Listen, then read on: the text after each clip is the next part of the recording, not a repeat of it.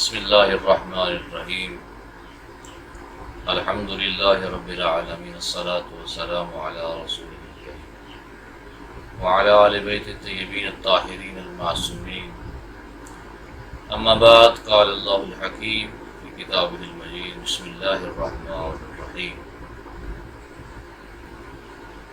یا ایھا الرسول بلغ ما انزل الیک من ربک فَإِن لَمْ تَفْعَلْ فَمَا بَلَّغْتَ رِسَالَتَهُ وَاللَّهُ يَعْصِمُكَ مِنَ النَّاسِ۔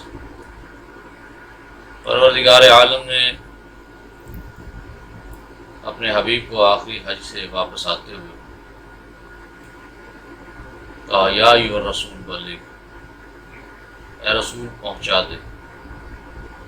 اگر آپ نے یہ نہ پہنچایا تو سمجھے کہ رسالت کا کوئی کام ہی نہیں۔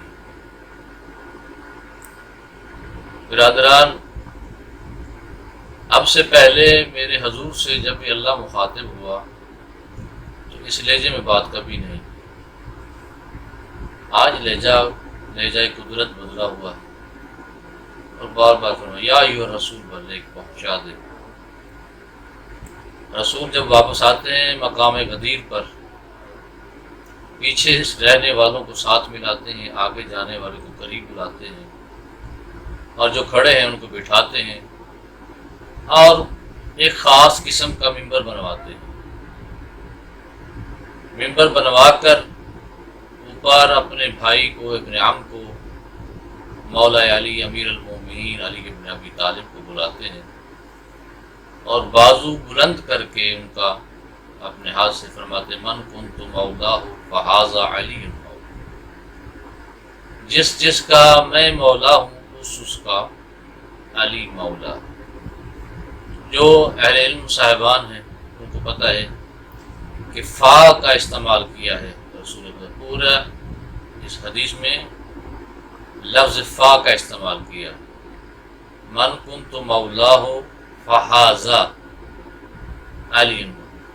یہ لفظ فا جب استعمال ہوتا ہے تو اس کا معنی یہ ہوتا ہے کہ اس بات کے، اس کام میں، اس بات میں فاصلہ نہیں ہے، جدائی نہیں ہے، یعنی بال برابر بھی فرق نہیں۔ جیسے ہی وہ پہلے مولا ہیں ان کے بعد نہ ایک، نہ دو، نہ تین کی کوئی گنجائش ہی نہیں ہے۔ تو جو ہے سامعین، ان کے فوراً بعد ہی فہذا علی مولا، علی مولا ہیں۔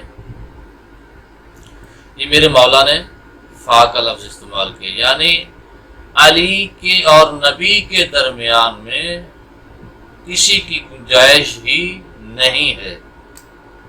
میرے مولا نے فرمایا فہذا علی۔ اب دوست کہتے ہیں کہ مولا کے معنی کرتے ہیں، اور کچھ کہتے ہیں مولا کا معنی ہے مددگار، مولا کا معنی ہے عزیز دوست، مولا کا معنی ہے پیار کرنے والا۔ میں اس بحث میں نہیں جاتا کیا معنی ہے۔ معنی دراصل وہی لینا ہے کہ رسول نے حدیث میں جو بیان فرمایا من کنت مولاه، جس کا میں مولا ہوں۔ اب مولا بمانے یار، مولا بمانے مددگار لینا ہے تو لے۔ رسول کو جو مددگار مانتے ہیں تو مانے، رسول کو جو یار مانتے ہیں مانے، دوست مانتے ہیں تو مانے۔ اب رسول فرمایا جیسے ہی مجھے مولا مانتے ہو ویسے ہی علی کو مولا مانو، علی کو مولا مانو۔ یعنی رسول کو اگر آپ معصوم نبی مانتے ہیں، آقا مانتے ہیں، سردار مانتے ہیں، تو علی کو بھی اسی معنی میں سردار مانو۔ فہذا علی مولا۔ اب یہ کتنا اہم پیغام تھا کہ رحمت للعالمین سرور کائنات اعلان فرماتے ہیں تو میں گویا مجمع میں ہوتے ہیں، کس کا اعلان کر دیا؟ کچھ نے کہا کہ اپنی مرضی سے کر دیا۔ اب اس قدر ولایت ہے، آج کل ولایت کا معنی اپنے معنی میں لیا ہوا ہے کہ کچھ صاحبان ہیں جو کہتے ہیں کہ ولایت کا معنی علی کو مولا مان لینا، علی کا نام لے لینا، علی کا ذکر کر لینا۔ کیا اس سے دنیا خوف زدہ تھی کہ اب اللہ کو کہنے واللہ یا اللہ کو کہنا پڑا واللہ یعصمک من الناس، اللہ تجھے لوگوں کے شر سے بچائے گا؟ نہیں، دراصل علی کی ولایت کا اعلان صرف علی کی ذات تک نہیں، ایک نظام ہے۔ وہ نظام جو آدم علیہ السلام سے شروع ہوتا ہے اور مصطفیٰ صلی اللہ علیہ وآلہ وسلم تک پہنچتا ہے، اس نظام لوگ علی کی ذات سے خوف زدہ نہیں تھے، علی کی ذات سے خوف زدہ نہیں ہے، اس کام سے خوف زدہ ہوئے جو علی کی ولایت کے منکر ہوئے، کہ جو نظام رسول اللہ علی کے حوالے کر کے جا رہے ہیں، علی مثل رسول، جیسے رسول اس نظام کو امانت سمجھتے ہوئے حفاظت سے لوگوں تک اس دین کو پہنچایا، اس میں کمی بیشی یا زیادتی نہیں ہونے دی، جیسے رب العزت نے اس قانون کو، اس نظام کو رسول کی زبان سے، قرآن کی زبان سے لوگوں تک پہنچایا، علی اس میں تبدیلی نہیں لائے گی۔ لوگ علی کی ذات سے خوف زدہ نہیں ہے، نظام علوی سے، جو علی اللہ کے بھیجے ہوئے نظام کو نافذ کرے، اس نظام سے خوف زدہ ہوئے۔ تو اللہ نے کہا کہ یہ جو خوف زدہ ہیں اور یہ شر کرنا چاہتے ہیں، علی کی ولایت کو مٹانا چاہتے ہیں، میرے رسول پہنچا دے، واللہ یعصمک من الناس، اللہ تجھے ان کے شر سے محفوظ۔ جب اللہ کے رسول نے اعلان ولایت علی ابن ابی طالب کیا، جب یعصب الدین امیر المومنین کی ولایت کا اعلان کیا کہ جس کا میں مولا ہوں اس کا علی مولا ہے، اس سے پہلے مولا نے خطبہ بیان کیا، وہ نظام کی جھلکی دکھائی، کیونکہ عرب کے معاشرے میں امیر اور غریب کا فرق تھا، دولت مند اور غریب کا فرق تھا، گورے اور کالے کا فرق تھا، عربی اور عجمی کا فرق تھا، بادشاہ اور وزیر کا فرق تھا۔ یہ نظام تھا عرب میں، تو جو الہی نظام تھا اس کا اعلان کیا کہ کسی گورے کو کالے پر فوقیت حاصل نہیں ہے، کسی عربی کو عجمی پہ فوقیت حاصل نہیں ہے۔ یہ تھا نظام۔ وہ جو نظام کو سن رہے تھے تو پریشان ہوئے کہ پہلے رسول نے عملی طور پہ بھی دکھایا، آج پھر اسی نظام کو علی کے حوالے کیا، کیونکہ علی نہ بکنے والا ہے نہ جھکنے والا ہے، نہ علی اس پر دستبردار ہوگا۔ تو وہاں بیٹھے انہوں نے کہا کہ ہم اس نظام کو کسی حالت میں، اس ولایت کو کسی حالت میں دنیاوی ظاہری ہم علی تک پہنچنے نہیں دیں گے۔ تو آپ کو پتہ ہے کہ کتنے رسول کے بعد لوگوں نے روکا اس نظام کو، علی کے ہاتھوں میں جانے سے، مولا علی کے ہاتھوں میں جانے سے روکا، اور آپ کے علم میں ہے، بات کسی اور طرف نہ نکل جائے۔ تو ابھی اس کا اظہار کیسے ہوا کہ اسی مجمع میں سے جب اللہ نے،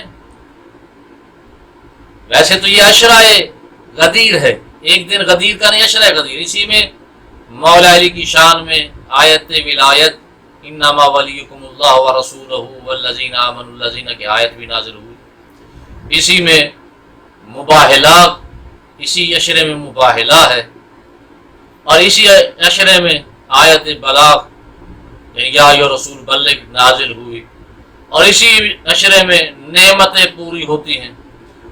تو جب اللہ کے رسول نے اعلان کر لیا اور صحابہ سے، حالانکہ اصحاب مردوں سے بھی اور عورتوں سے بھی علی کی بیعت لے لی، ایک ایک کر کے سب سے بیعت رسول نے بیعت لی ہے علی کی، اجتماعی بیعت نہیں ہوئی، باری باری خیمے کا انتظام کیا، اور اس میں مستورات کو بھی نہیں چھوڑا رسول نے۔